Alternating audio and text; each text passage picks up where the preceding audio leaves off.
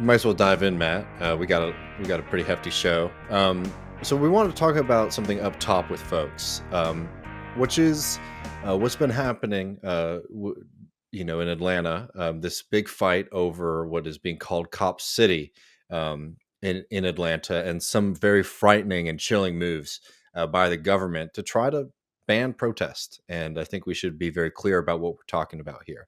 But just to set the stage, because we're going to talk mainly about this recent arrest of 5 individuals who are being charged with domestic terrorism, which is undoubtedly an attempt to try to chill people's right to be able to protest against things that their government is doing. But before we get into that conversation, I feel like it's very important to highlight what people are fighting against there. So what is Cop City?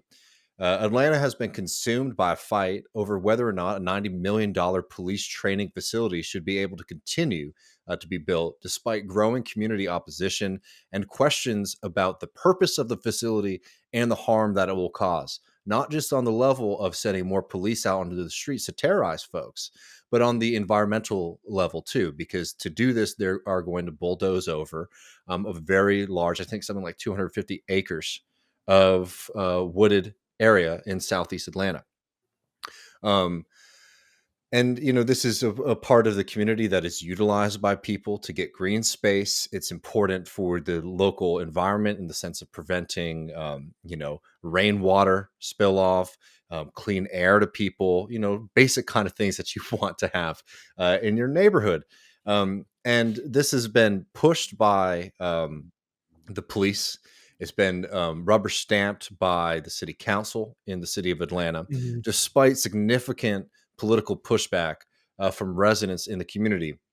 And I think really to set the stage, we have this sort of longer clip here, a really great report put out by AJ Plus, produced by Anna Cook, titled "Police versus Atlanta: The Battle Over Cop City," to break down some of these dynamics. During the few times the public did voice their concerns, the overwhelming majority expressed opposition. Me as a black woman living in Atlanta, that's no place for me if we got a Cop City going on.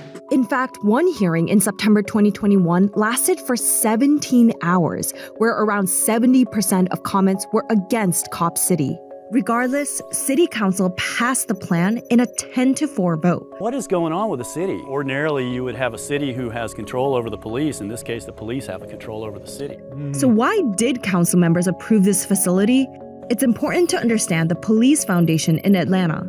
It's considered one of the most powerful police foundations in the country. For instance, when the mayor was elected, the CEO of the foundation served on his transition committee. Among those sitting on its board are leaders of corporations like UPS, Wells Fargo, Chick-fil-A, Home Depot, and Delta Airlines. The APF raises investments to finance police projects like Cop City. Of the $90 million needed to build the facility, $60 million will be funded by the foundation's corporate donors. The remaining $30 million will likely be paid by taxpayers. Well before the council voted on the facility, the Police Foundation had been lobbying council members.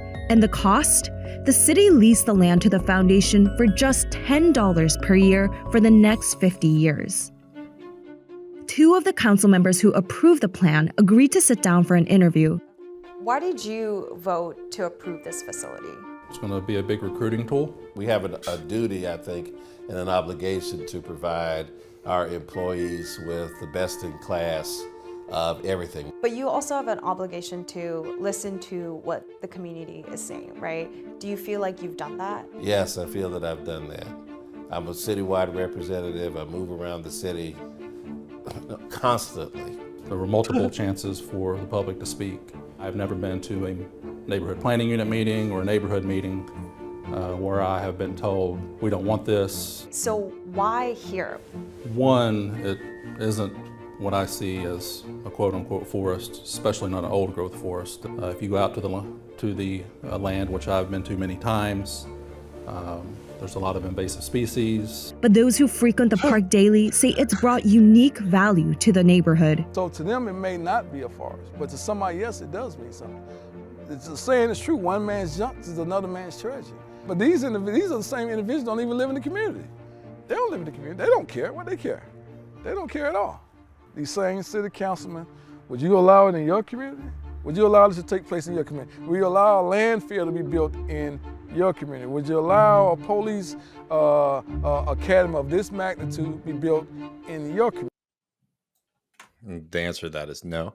I mean, this is one of those things that touches on so much, right? What this fight is about, the police and whether or not people feel comfortable with these, armed vigilantes in their community. They note later in that documentary, which people should check out. Atlanta is a heavily surveilled city, and I know just right here in Austin, there's fights about how much surveillance we should allow the police to have over people who are residents of those communities.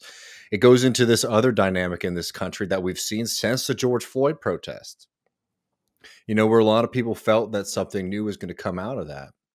But what ended up happening, more often than not, you saw police budgets increase instead of decrease, despite the fact that there's lots of popular will to do something different with policing in this country, right? We can debate about what we want to see and all that kind of stuff, but there's no doubt at this point that people don't like the idea of people who are above the law roaming around their communities. There's the environmental questions, which I think is no small factor here either. About eradicating public space, right? Eradicating green space to be utilized for an occupying force, to be able to train to wage war on civilians. And even in that clip, you see that this is fundamentally too like a question of democracy, right? Yep. People are outraged by this. The city council is doing something different, and not only do they not have the balls to say, I'm doing this because I think this is the thing I want to do. They're saying, oh, no one's really mad about this. I'm not hearing nothing about this, which either tells me you're outright lying or you're not listening when people are speaking to you. Hey, that's exactly it. Like, who decides whether it's a forest? Is it the cops and the developers, or is it the community that actually lives there? And they know it's bullshit, which is why they had to include the thing about invasive species, because they know that just saying, oh, we're the owners and cops, we're the city, we can do what we want. They say, oh, there's actually a reason. Well, if there's some invasive species, then the community can work with folks to rehabilitate that green space so there's no invasive species in there with some of that $30 million that you're putting toward fake apartments that you can kick the doors down. But it's a bizarre argument. What he's trying to get at is that like this is like a newer forest, so it doesn't have any need for historical preservation or whatever. Nonsensical. I don't argument. care if it came a month ago. I totally agree. And also, like, just saying, I'm sure it's similar in other parts of the country, but like if you're in the South, one thing. There's an invasive species that you cannot get away from there, which is called kudzu. Which grows incredibly fast. And if you drive through a lot of particularly state highways in the South, the entire side of the road is covered in kudzu because it's an invasive plant that has just basically like strangled most of the wildlife in the state, in the region. And like to make the argument is what I'm saying that like, oh, invasive species, therefore means we can do whatever the fuck we want with it. It's including a lot of land in the South, just knowing how much invasive species have sort of populated the area since the 60s, 70s. I mean, I just think it's so obvious. Like, you have this space here that you walk your dog at, and all of a sudden the cops are going to take it over to, run drills in. And think of the atmosphere that's going to create around there then. Like, that's a completely unuseful space all of a sudden, someplace to be avoided as opposed to like an outlet that the community like values.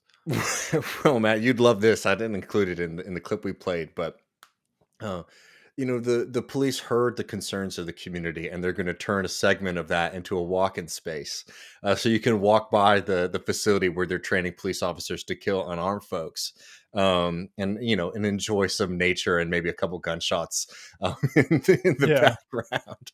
That sounds like a great vibe. Yeah, that's where I want to go relax. It's cynical all the way through, and there's a lot of organizations who've been pushing and fighting back against this. I know people in Atlanta have been really trying to make this a larger issue, and I've been surprised after this most recent news that there hasn't been more attention paid to it. Because sort of fast forwarding to this past week, in addition to community organizations, that are doing things like showing up to meetings, doing things like having street protests, there has also been a tactic of occupation of a small group of folks, but they've been occupying this area that is, has been selected to be bulldozed over and occupying the land and living in tree houses there, trying to they call themselves forest defenders. Um, and the occupation has been going on for months, and there have been multiple clashes with the police officers. But these have escalated recently, and last week, 5 of these forest defenders were arrested and charged with, quote, domestic terrorism. And I want to talk about that specifically. This is from the CNN report on this. Yesterday, several people threw rocks at police cars and attacked EMTs outside the neighboring fire stations with rocks and bottles. Task force members used various tactics to arrest individuals who were occupying makeshift tree houses. The individuals have been charged with a variety of crimes, including domestic terrorism. Now, let's just be very clear about scale here. Because when the police have been attacking these occupations with chemical weapons, when police have been showing up masked, armed, and filled with body armor, I don't want to hear about any tales about rocks. Just bullshit, frankly. Um, and this goes into a long fight from the right wing to try to outlaw protests in this country. Now, I'm not going to get into all of this, the entire history of what's happened there. People have heard us talk about what kind of protest tactics we think work and which ones don't. So you can cite that or look at that if you want to hear our opinions on these things. Are there tactics that maybe have been used that, like, maybe Matt and I don't feel like are the smartest or most strategic to be using? Maybe, right? But if there was anything that comes up to the level of breaking the law, there are laws on the books for that. Tacking on a domestic terrorism charge takes it to a different level, right? So if you're saying that they're doing things like they've been, accused of starting fires, things like that, there are rules and laws on the books that you can charge people for with that, right? If that is the extent of the unruliness, that's there. To go on domestic terrorism has one goal and one goal only, and that is to try to stifle and outlaw protest in this country. And that has been something that has not started here. It's been a long time process in this country, but it's really ramped up over this past decade from, attempts to try to make protest illegal around things like Occupy all over the country, to the most recent reaction from GOP-run state legislatures across the country in response to the George Floyd protests to make it legal for someone to hit somebody with their car if they're engaged in a street protest. Yeah. We're seeing a very, very clear move by the right wing in this country to outlaw protest, using unpopular examples sometimes to justify them. And as a citizen of a supposedly free country, you have to be outraged at the state to make this kind of overreach. Yeah. Because this is not just a threat to the lives of these folks who are charged with it. It is a threat to your democratic rights to be able to protest. And in a context here where the city government is refusing to listen to the people, to engage democratically with the citizens, and are much more interested in listening to the police, much more interested in listening to board members of Chick-fil-A, et cetera. It's not surprising that people are taking outside action to try to make their voice heard. And it creates a very, very dangerous situation when the state is basically trying to create an opportunity for them to justify any actions that they want to take against protesters, if you agree with their tactics or not, right? And that's the fundamental point. Yeah, exactly. I mean, I would feel the same, like, that we have this situation around the country right now at this exact same time where fascists are intimidating people around drag queen story hours and things of that nature. Now, I do not want to see those people get hit with terrorism charges either. I'd like you said, get charged with the laws that are already on the books for the types of things that they are committing. That said, that's a lot more close to terrorism than whatever this is. Who are you terrorizing? People that want a cop academy? Please, that's unserious in the extreme, as far as I'm concerned. The only way that's consistent is when the secret sort of state definition of terrorism, which is actions that go against the main national security state that we care about. But by any normal, rational person's understanding, like, this is not terrorism, and any sort of property damage or sabotage is the sort of thing that I wouldn't encourage people of our audience to take that risk of charges. But at the same time, like I'm not going to be here condemning people or going out of my way to do things like that. I just think like um, these terrorism charges are ridiculous, and there's already laws that you can deal with different types of actions. And look, I mean, just going back to what you're saying about the right wing in this country, where, even the FBI is saying like the greatest threat right now is coming from white nationalists and the right here. Um, where is that activity and interest from state governments in dealing with that problem in this way? It's not there. All right. They're much more worked up about people living in trees, trying to prevent a forest from being bulldozed over, than people who have made credible threats and acted on those threats to harm U.S. citizens. And they're worried about those tactics getting a victory in the public eye over a cop academy, which I think also like is something that they're going to go pretty far to try to, and that's where you see this sort of escalation. Nor is there any interest from governments in dealing with the fact that across the country right now, many police departments are acting in a rogue fashion. Right. They are denying orders from city government officials in New York City, where Matt's at. They were straight up doxing and threatening the daughter of the mayor, right? Who was a very limp character. It's not like de Blasio was some kind of freedom fighter or anything like that. It was just unacceptable to them to see any kind of pushback from elected officials or members of their family.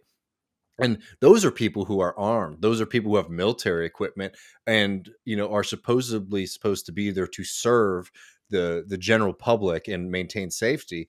And you've seen from places like Austin, places like New York, places like Atlanta, Minneapolis, etc. You can go down the whole list. That there's very little worry from the government here about trying to hold those folks who have, the ability to shoot and kill people, to account.